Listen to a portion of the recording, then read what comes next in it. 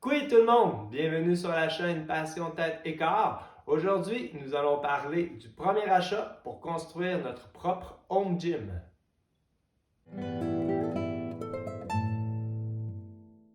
Selon moi, le premier achat que l'on doit faire, c'est vraiment notre support, notre rack à dumbbell.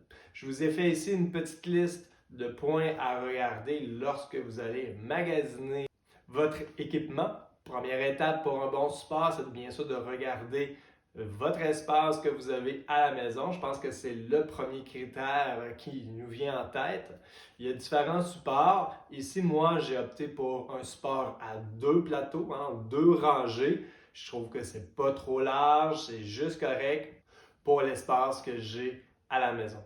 Mais si vous avez un espace un peu plus restreint au niveau de la largeur, sachez qu'il existe des supports à dumbbell sur trois plateaux, sur trois rangées. Donc, vous allez avoir un support plus à la verticale qu'à l'horizontale. Donc, première étape, mesurez comme il faut les dimensions, l'espace que vous avez pour votre support et ensuite commencez à magasiner soit un support horizontal ou à la verticale. Second point à regarder, ce sont bien sûr les poids. Sur mon support à moi, les poids commencent à 15 livres jusqu'à 50 livres.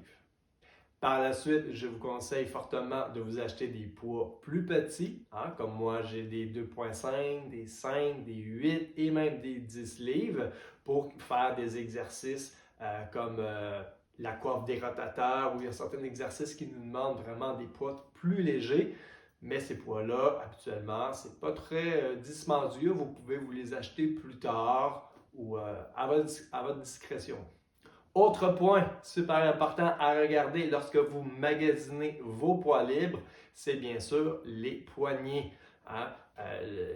Essayez de privilégier des dumbbells avec des poignées assez petites. Comme moi, par exemple, plus tard, j'ai acheté une autre marque de dumbbells, ok? Et les poignées sont beaucoup plus grosses, sont même un petit peu ovales. Puis je trouve qu'au niveau de la pronation, ça sollicite un petit peu plus mes avant-bras, un peu moins confortable. Donc, si vous avez aussi les mains petites, vérifiez la grosseur des poignets, c'est super important. Et bien sûr, au niveau des poignets, regardez la grip. Et c'est toujours agréable d'avoir un motif, un relief gravé sur la poignée pour un peu plus de stabilité, pour pas que le poids tourne dans la main et avoir plus de poigne. Beaucoup de gens me posent la question au niveau du revêtement des poids. Est-ce qu'on choisit du caoutchouc, le métal, le stainless? C'est quoi la différence? Personnellement, c'est à votre discrétion. C'est sûr qu'il y a une différence de prix entre un dumbbell fini en caoutchouc et en métal, par exemple. Donc, allez-y selon votre budget. Mais au niveau du revêtement, ça ne change pas grand-chose. Par contre, essayez de choisir des dumbbells le plus compact possible. C'est vraiment beaucoup plus stable, surtout lorsqu'on a des poids très lourds. C'est vraiment moins confortable avoir des poids extrêmement larges, plus gros. Essayez d'avoir les poids le plus compact possible. Mais au niveau du revêtement, ça n'a pas d'importance. C'est comme vous voulez. Magasinez les deals, allez-y avec votre budget. Lorsque vous avez vos poids libres, la seule chose qui vous manque, c'est bien sûr juste un petit tapis, différents tapis, différentes épaisseurs, c'est comme vous voulez, pour conclure la première étape au niveau de vos achats, bien sûr, de votre gym maison. Il faut savoir qu'il y a beaucoup d'exercices que vous pouvez faire. Vous pouvez faire un programme complet pour tout le corps sans avoir de banc ou de machine à poulie. Donc, si vous avez un budget serré et vous voulez acheter du matériel graduellement à chaque année, première étape, les poids libres avec juste un tapis au sol et vous pouvez faire tous les programmes d'entraînement que vous voulez. D'ailleurs, voici quelques exemples d'exercices que vous pouvez faire seulement avec des poids libres, soit debout, couché par terre ou assis sur une chaise. Alors voici quelques suggestions d'exercices. Commençons par les épaules. Vous savez, les épaules, il y a trois fils musculaires à développer. Commençons par le deltoïde antérieur. Vous pouvez faire, comme vous voyez ici sur la vidéo, élévation frontale. Vous pouvez le faire unilatérale ou à deux mains. Je vous conseille la prise marteau. Je trouve que ça donne un excellent ressenti. Et si vous travaillez en unilatéral, vous pouvez toujours utiliser la main de libre pour toucher la fibre musculaire que vous voulez solliciter davantage. Ça permet une meilleure connexion tête et muscles.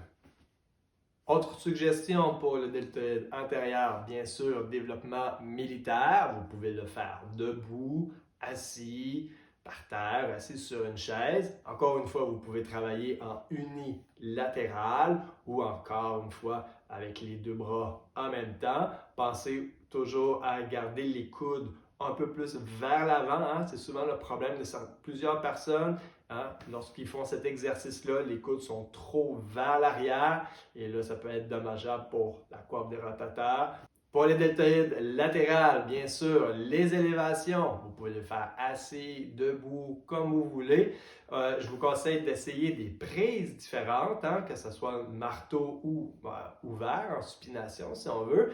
Et aussi l'angle, si vous poussez vos épaules vers l'arrière avec une ouverture au niveau des dumbbells, vous allez solliciter bien sûr le côté de l'épaule, mais un petit peu plus aussi le deltoïde postérieur.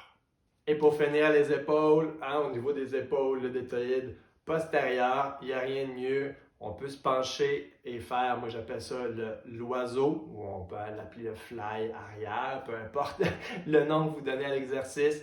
Très simple, on se penche vers l'avant et on rouvre. Encore une fois, vous pouvez varier la pronation si c'est prise marteau, ouvert, varier les angles. Je vous rappelle que la musculation, c'est une question de ressenti. Allez-y avec la prise qui sollicite le mieux votre fibre musculaire. Et dernier petit exercice pour le derrière-épaule, moi je l'appelle le kickback. Je ne sais pas si ça a vraiment un autre nom, mais c'est tout simplement, encore une fois, penché. On garde les bras droits et on les pousse vers l'arrière. Essayez de vous concentrer vraiment sur le derrière de l'épaule et moi personnellement, je le trouve très efficace. Pour les musiciens, très important aussi de travailler un peu nos trapèzes. Vu qu'on a des poids présentement pas très élevés, jusqu'à 50 livres, je vous conseille de travailler avec des élévations à l'oreille en unilatéral. Comme ça nous permet de prendre un petit peu moins lourd. Et en unilatéral, ça nous permet d'avoir un mouvement beaucoup plus ample. Nous sommes rendus avec, bien sûr, les pectoraux. Vous pouvez faire tout simplement les faire coucher sur votre tapis. Encore une fois, vous pouvez le faire en unilatéral, votre dumbbell press unilatéral, les deux bras en même temps. Vous pouvez également faire du fly, mais couché par terre. Essayez de garder les bras légèrement fléchis, bien sûr, pour protéger l'articulation des coudes et des poignets. N'oubliez pas, les poignets doivent être rentrés, doivent être pointés, dis-je, un peu vers l'extérieur, jamais vers l'extérieur, car sinon les tendons de l'avant-bras sont trop étirés. Vous pouvez vous blesser. Vous pouvez également faire, moi j'appelle ça le squeeze, c'est de coller des poids haltères proches. Encore une fois, nous sommes couchés et tout simplement de pousser. Bien sûr, on sollicite un peu plus les triceps dans cet exercice-là, mais si vous vous concentrez bien sur les pectoraux, vous allez avoir un très bon résultat.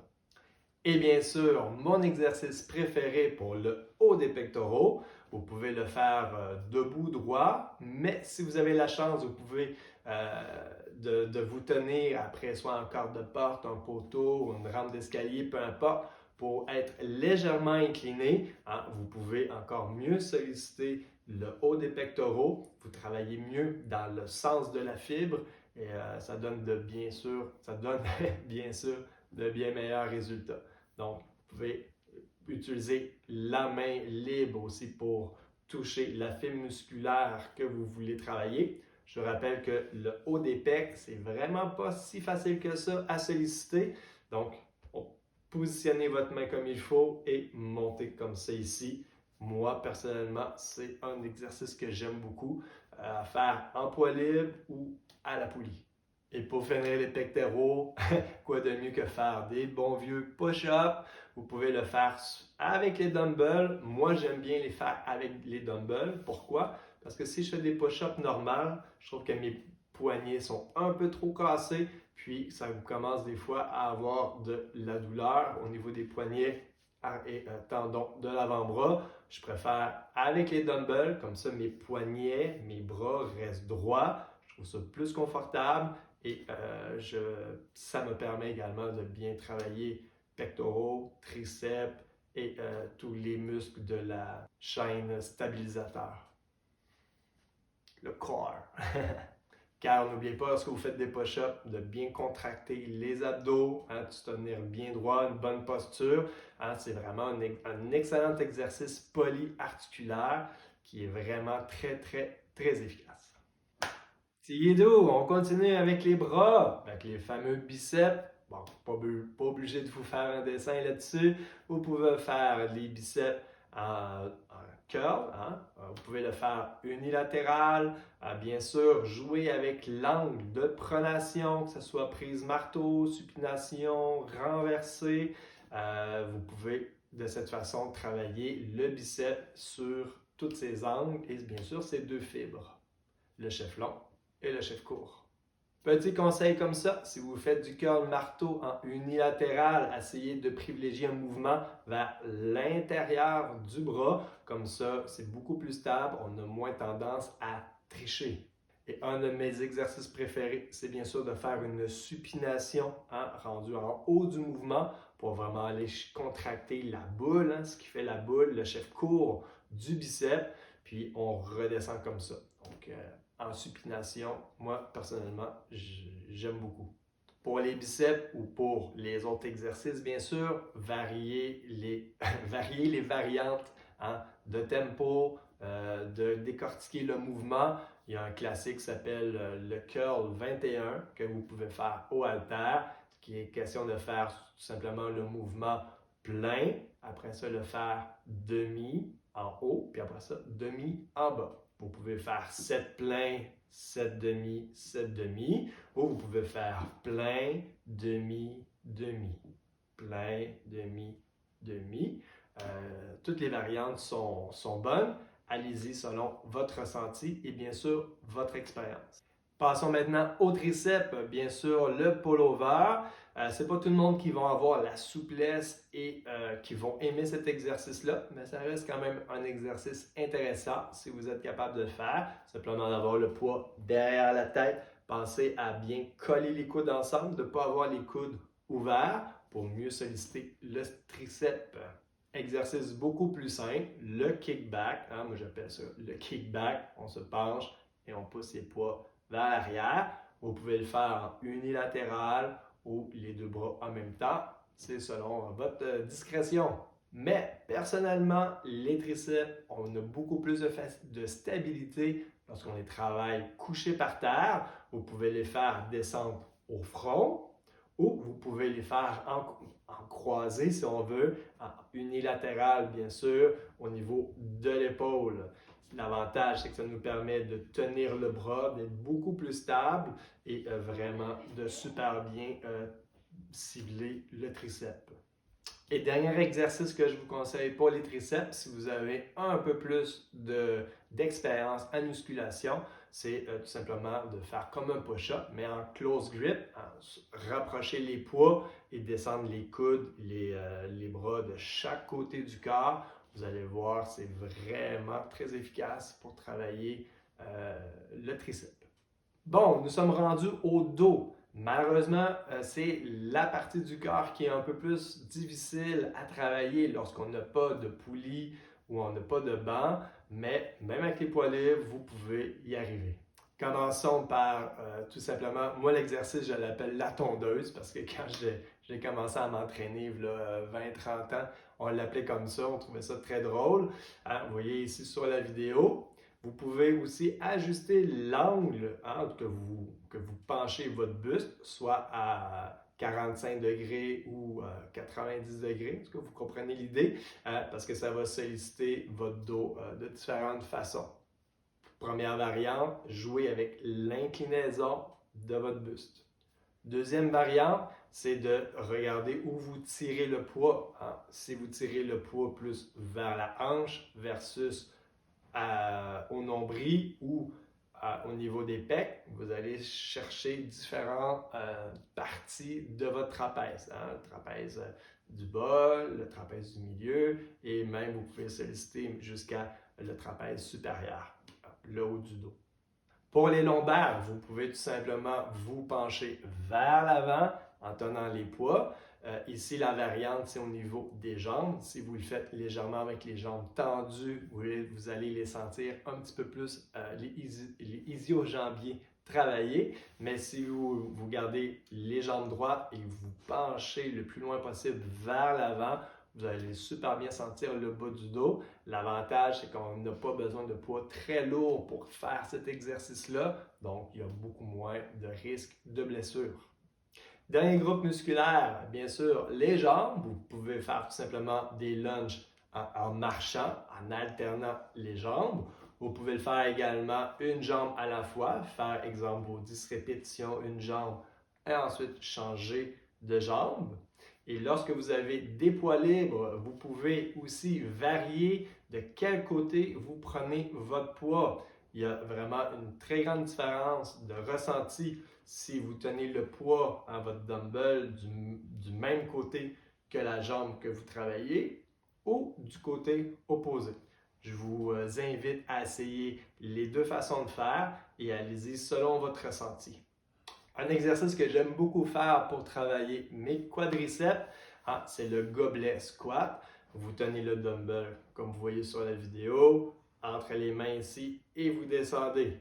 Petite parenthèse, lorsque vous travaillez vos jambes, si vous vous concentrez à pousser les genoux en premier vers l'avant, vous allez ressentir beaucoup plus les quadriceps. Ici, vous pensez à pousser les fesses vers l'arrière en premier. Vous allez ressentir beaucoup plus le bas du dos et les ischio-jambiers, le derrière des jambes. Et bien sûr, vous pouvez faire des squats, vous pouvez prendre les deux poids en même temps ou vous les mettre sur les épaules, selon votre équilibre et bien sûr votre niveau en conditionnement physique. Et encore une fois, pensez à qu'est-ce qui part en premier. Est-ce que c'est les genoux qui partent en premier ou c'est les fesses? Personnellement, j'aime bien faire 3 exercices avec les genoux qui partent en premier et 3 autres exercices avec les fesses qui partent en premier. Comme ça me fait un beau total de 6 séries et je couvre le devant et le derrière des jambes. Et bien sûr, si travailler vos mollets vous intéresse, vous pouvez bien sûr le faire, juste trouver un petit support pour monter légèrement dessus et vous pouvez faire tout simplement des flexions pour travailler le mollet. Évidemment, vu qu'on n'a pas beaucoup de poids encore dans notre gym maison, je vous conseille d'y aller en unilatéral, en un mollet à la fois. Comme ça, juste avec, mettons, exemple, 2,50 livres ou un 50 livres, peu importe le poids que vous choisissez, vous allez pouvoir avoir un bon ressenti quand même en travaillant en unilatéral. Je rouvre une parenthèse ici au niveau des combinaisons d'exercices. Très, très, très bon à utiliser, surtout lorsqu'on n'a pas beaucoup de matériel encore dans notre gym maison. Exemple d'exercices qui sont très efficaces à combiner, c'est tout simplement de faire un squat avec les dumbbells sur les épaules. Vous faites votre squat et lorsque vous remontez, vous faites vos épaules. Et si vous faites un 4-5 séries de 10-12 répétitions, vous allez voir, c'est très, très efficace. Et voilà ce qui termine la vidéo sur la première étape, premier achat pour créer notre gym à la maison. Bien sûr, le rack à poids. Petit rappel, vérifiez bien sûr les dimensions pour votre espace. Deuxième point super important, c'est les poignées. Il ne faut pas qu'ils soient trop grosses et bien sûr, il faut qu'ils soient texturés pour une meilleure stabilité, meilleure pronation. Et bien sûr, essayez d'avoir des poids entre 5 et 50 livres. C'est un minimum pour faire tout notre corps.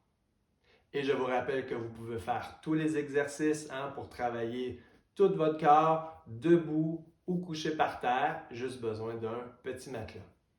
Ok, c'est tout pour aujourd'hui. J'espère que la vidéo vous a plu. Si c'est le cas, vous connaissez la chanson, abonnez-vous à la chaîne, mettez un petit pouce bleu. Question de m'aider à vous aider dans votre nouvelle passion. Et bien sûr, ne manquez pas la vidéo de la semaine prochaine, la deuxième étape, le deuxième gros achat à faire pour notre gym maison.